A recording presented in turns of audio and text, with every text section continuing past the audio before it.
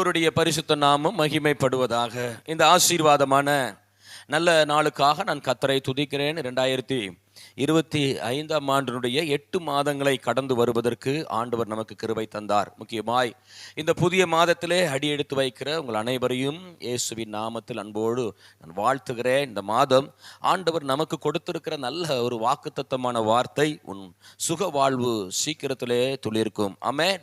உன் சுக வாழ்வு சீக்கிரத்திலே துளிர்க்கும். துளிர்க்க முடியாதபடி கஷ்டமான கடினமான பாதையில் இருக்கிறவர்களை பார்த்து ஆண்டவர் இன்றைக்கு சொல்லுகிறார், உங்க வாழ்க்கை துளிர்க்கும், உங்க ஊழியம் துளிர்க்கும், உங்க சபை துளிர்க்கும், உங்க குடும்பம் துளிர்க்கும். நீங்கள் எதிர்பார்க்கிற ஒரு நன்மை உங்க வீட்டில் துளிர்த்து எழும்பும். நிச்சயமாய் கர்த்தர் அப்படிப்பட்ட ஒரு அற்புதமான காரியத்தை அவர் செய்ய வல்லவராக இருக்கிறார். இன்னைக்கு அநேகருடைய வாழ்க்கையில பெரிய கேள்வி, ஏன் வாழ்க்கை துளிர்க்குமா, எங்க வீடு துளிர்க்குமா? ஏனென்றால் பலவிதமான போராட்டங்களினாலும் பாடுகளினாலும் நாங்கள் தொய்ந்து போய் கிடக்கிறோம். எப்படி எங்க வீடு துளிர்க்க முடியும்? அன்பான கர்த்தருடைய பிள்ளைகளே, ரூத்தின் புஸ்தகத்தை நீங்கள் எடுத்து பார்க்கும் பொழுது ஒரு அருமையான குடும்பத்தை அங்கே பார்க்க முடிகிறது. எலிமெலேக், நகோமி, அவர்களது 2 குமாரர்கள். அவர்கள் 2 குமாரர்கள் 4 பேராக பெத்லெகேமிலிருந்து மோவாப் தேசத்திற்கு பிழைப்புக்காக அவர்கள் போய் அங்கே தன் பிள்ளைகளுக்கு பெண் கொண்டு, அந்த ஓர்பால், ரூத் என்கிற 2 பேரை பெண் கொண்டு அவர்கள் வாழ்க்கை ஒரு மாதிரியாக போய்கொண்டிருந்த பொழுது ஒரு திடீரென்று ஒரு சம்பவம் அவங்களுடைய குடும்பத்தில். அந்த 3 ஆண்களும் மரித்து போகிறார்கள்.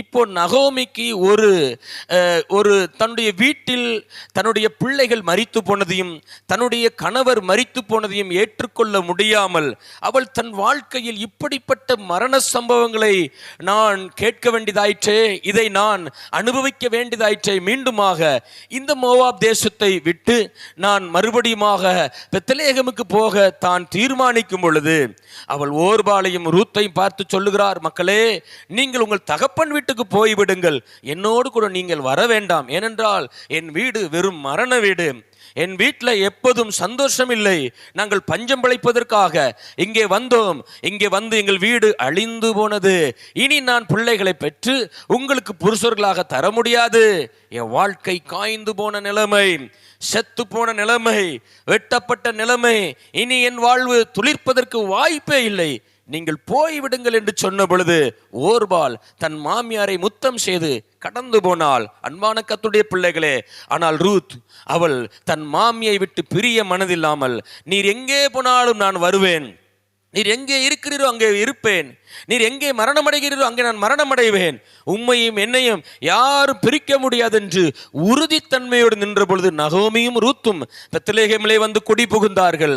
கர்த்தருடைய பிள்ளைகளே, நம்பிக்கையற்ற சூழ்நிலையில் வந்தவர்களுக்கு, ஐயோ இனி என் வாழ்க்கையில துளிர் விடுகிற ஒரு சம்பவம் இருக்காது, என் வாழ்க்கை காய்ந்து போனது என்று நினைத்து கொண்டிருந்தவர்களுக்கு ஆமென், கர்த்தர் ஒரு பெரிய வழியை திறந்தார். அதுதான் போவாஸ் இவர்களுடைய வாழ்க்கையிலே வந்தது.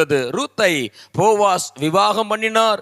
அந்த ரூத் ஒரு ஆண் பிள்ளையை பெற்றாள். அந்த ஆண் பிள்ளை நகோமியின் மடியில் வளர்ந்தான். நகோமி தாயாய் மாறினாள் என்று ரூத் 4ஆம் அதிகாரத்தில் பார்க்கிறோமே. என கருமையான கர்த்தருடைய பிள்ளைகளே, இனி எங்கள் வாழ்க்கை துளிர்க்காது என்று நினைத்து கொண்டிருந்த ஒரு குடும்பத்தில் ஆண்டவர் பாருங்க புதிய துளிரை தந்தார். அந்த துளிர் சாதாரண துளிர் அல்ல. அந்த புதிய துளிரிலிருந்து தான் ஈசாய் பிறக்கிறார், தாவீது பிறக்கிறார், இயேசு கிறிஸ்து பிறக்கிறார். அன்புக்குரியவர்களே, இனிய வாழ்க்கையில துளிர் இல்லை, என் ஊழியத்தில் துளிர் இல்லை, வெறும் காய்ந்து போன நிலைமைதான், சாய்க்கப்பட்ட நிலைமைதான் என்று இருக்கிறவர்களை பார்த்து இந்த கால வேளையில கர்த்தருடைய வார்த்தை சொல்லு. நீதிமொழிகள் 11ஆம் அதிகாரம் 28ஆம் வசனத்திலே பார்க்கிறோம், நீதிமான்கள் துளிரை போல் தலைப்பார்கள். ஆமென். கர்த்தருக்காக நின்றவர்கள், ஆமென், பரிசுத்தத்துக்காக நின்றவர்கள், ஆமென், அவர்கள் துளிரை போல் தலைப்பார்கள். என்னாகமம் 17ஆம் அதிகாரம் 5ஆம் வசனத்திலே நான் பார்க்கும் பொழுது, நான் தெரிந்து கொண்டவனுடைய கோல் துளிர்க்கும், நிச்சயமாய் துளிர்க்கும், ஈசா என்னும் அடிமரத்திலிருந்து ஒரு துளிர் தோன்றும். இந்த காலவேளையில கர்த்தர் உங்கள் ஒவ்வொருவரையும் பார்த்து சொல்லுகிறார், ஒரு துளிர் தோன்றும். இந்த மாதம் நல்ல துளிர் விடுகிற மாதம். ஆமென். துளிர் விடுகிற மாதம். கர்த்தர் நீங்கள் எடுத்து வைக்கிற ஒவ்வொரு அடியிலும் நல்ல துளிர் தருவாராக.